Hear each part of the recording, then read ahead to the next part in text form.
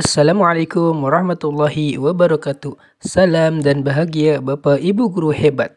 Kami dari kelompok 2 kelas 0945 CGP Angkatan 9 Kabupaten Cirebon akan memaparkan ruang kolaborasi modul 2.1 memenuhi kebutuhan belajar murid, yaitu analisis skenario pembelajaran.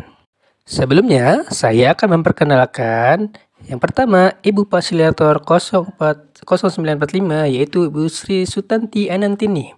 Kemudian, Bapak Pengajar Praktek Bapak Arianto, saya sendiri kelompok 2 Lukman Cahyana, Ibu Baiti, Ibu Silvia, dan Bapak Nurdanto. Berikut video skenario pembelajaran. Minggu ini, Pak Kasim ingin mengajar sebuah materi tentang cara kerja salah satu sistem organ tubuh manusia, yaitu sistem pencernaan. Adapun tujuan pembelajarannya adalah melalui diskusi kelompok dan penugasan mandiri. 1. Murid dapat menjelaskan fungsi organ pencernaan pada manusia. Kedua, murid dapat membuat model dan menunjukkan cara kerja sistem pencernaan manusia. Sebelum pembelajaran dilakukan, biasanya saya akan melihat tujuan pembelajaran atau target apa yang akan saya capai pada hari itu.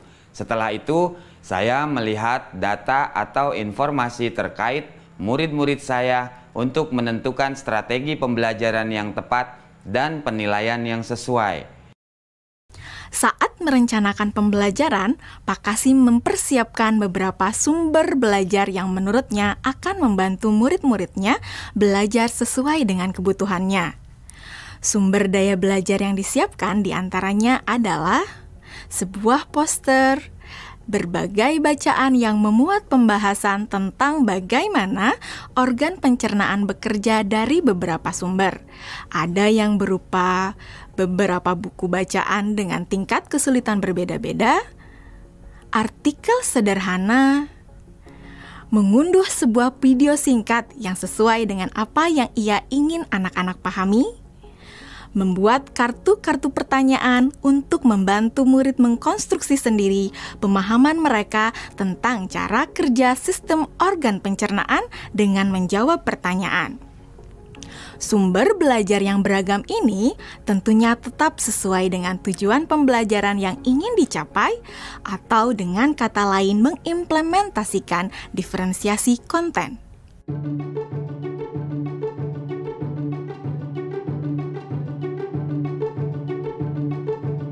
Setelah semua sumber materi yang beragam disiapkan, saya mempersiapkan daftar kegiatan lengkap dengan instruksinya.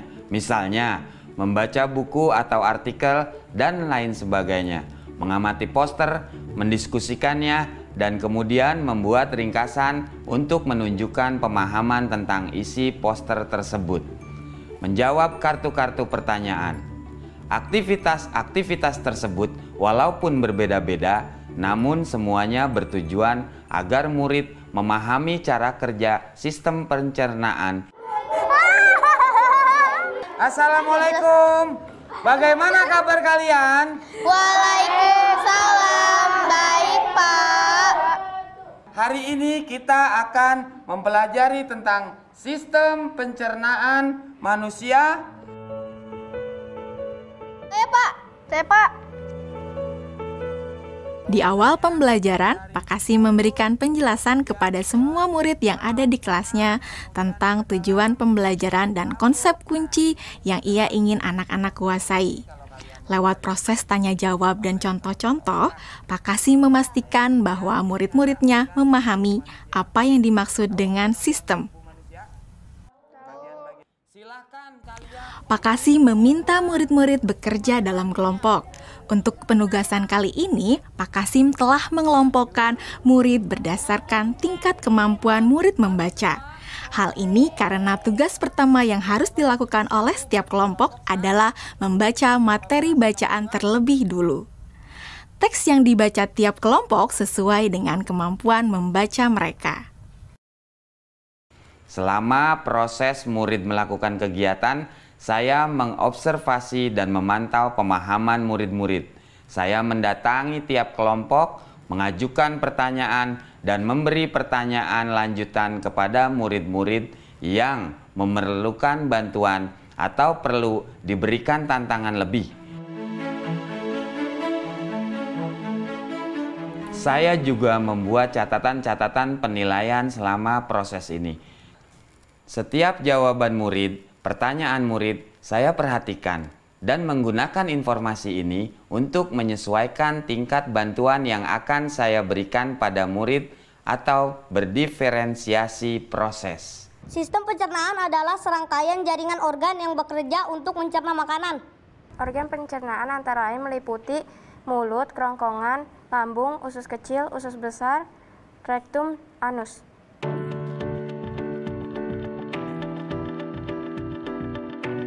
Sekarang silakan membuat model yang menunjukkan sistem kerja pencernaan manusia secara mandiri.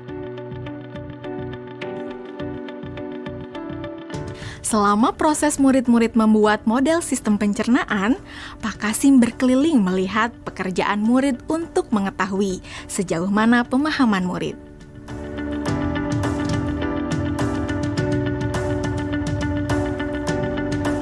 Di akhir pembelajaran, saya melakukan kegiatan refleksi, di mana refleksi tersebut digunakan untuk mengapresiasi murid, untuk mengetahui atau menilai sejauh mana pemahaman murid tentang topik yang sedang dipelajari, untuk mengetahui bagaimana perasaan murid-murid ketika melakukan proses pembelajaran.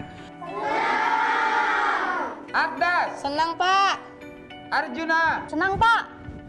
dan tentunya semua ini dapat menjadi informasi bagi saya untuk mengembangkan proses pembelajaran selanjutnya. Ibu dan Bapak guru hebat, demikian video singkat salah satu contoh penerapan pembelajaran berdiferensiasi di jenjang sekolah dasar. Tetap semangat, Ibu dan Bapak guru hebat. Salam dan bahagia.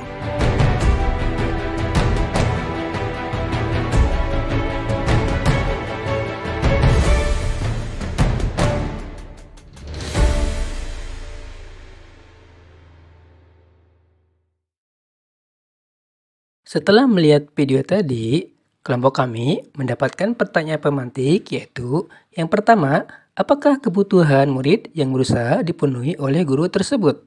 Kelompok kami menjawab, kebutuhan murid yang berusaha dipenuhi oleh guru tersebut yang pertama adalah kesiapan belajar murid. Hal ini bisa dilihat dari yang dilakukan Pak Kasim, seperti melihat data murid untuk menentukan strategi pembelajaran dan penilaian, mempersiapkan berbagai sumber belajar, poster, berbagai sumber bacaan yang memuat sistem pencernaan, mengunduh video singkat yang sesuai tema, dan membuat kartu-kartu pertanyaan untuk mengkonstruksi pemahaman murid. Kebutuhan murid yang kedua yang berusaha dipenuhi oleh Pak Kasim yaitu minat murid. Hal ini bisa dilihat dari yang dilakukan Pak Kasim, seperti membagi kelompok berdasarkan tingkat kemampuan membaca murid, teks bacaan yang dibagikan disesuaikan dengan kemampuan membaca, dan mengajukan pertanyaan dan memberi pertanyaan lanjutan. Kemudian, kebutuhan murid yang berusaha Pak Kasim penuhi yang ketiga adalah profil belajar murid. Hal ini bisa dilihat dari yang dilakukan Pak Kasim, seperti memilih preferensi gaya belajar murid melalui visual, melihat poster dan teks bacaan, auditory, mendengar video singkat, kinestetis, membuat kartu-kartu pertanyaan. Pertanyaan pemantik yang kedua yaitu bagaimana cara guru tersebut menentukan kebutuhan belajar murid. Kelompok kami menjawab, Pak Kasim menentukan kebutuhan belajar murid melalui 1. Melihat data informasi murid. Yang kedua, menentukan tujuan pembelajaran dan target yang akan dicapai. Yang ketiga, menentukan strategi pembelajaran dan penilaian yang sesuai. Pertanyaan pemantik yang ketiga yaitu strategi pembelajaran berdiferensiasi apa yang digunakan? Kelompok kami menjawab, strategi pembelajaran berdiferensiasi yang digunakan Pak Kasim yaitu 1. Berdiferensiasi konten. Ada perbedaan muatan teks bacaan yang disesuaikan dengan kemampuan membaca, menggunakan poster, video, membuat kartu-kartu pertanyaan untuk mengkonstruksi pemahaman berbagai sumber bacaan.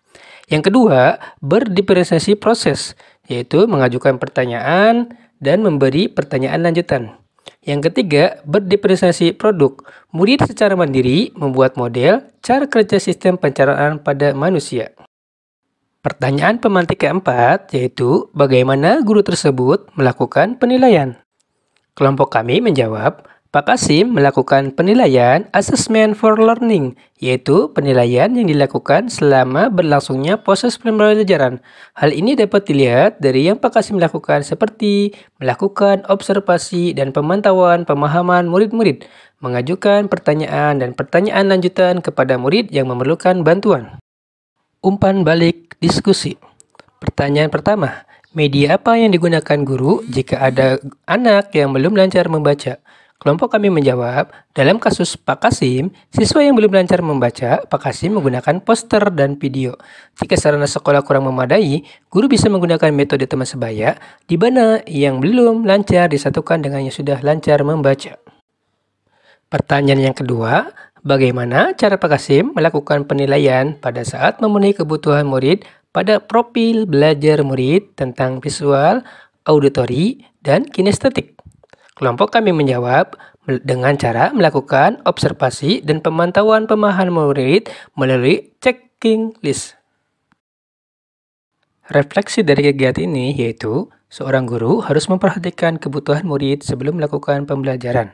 Tujuannya agar proses pembelajaran bisa dirasakan oleh semua murid.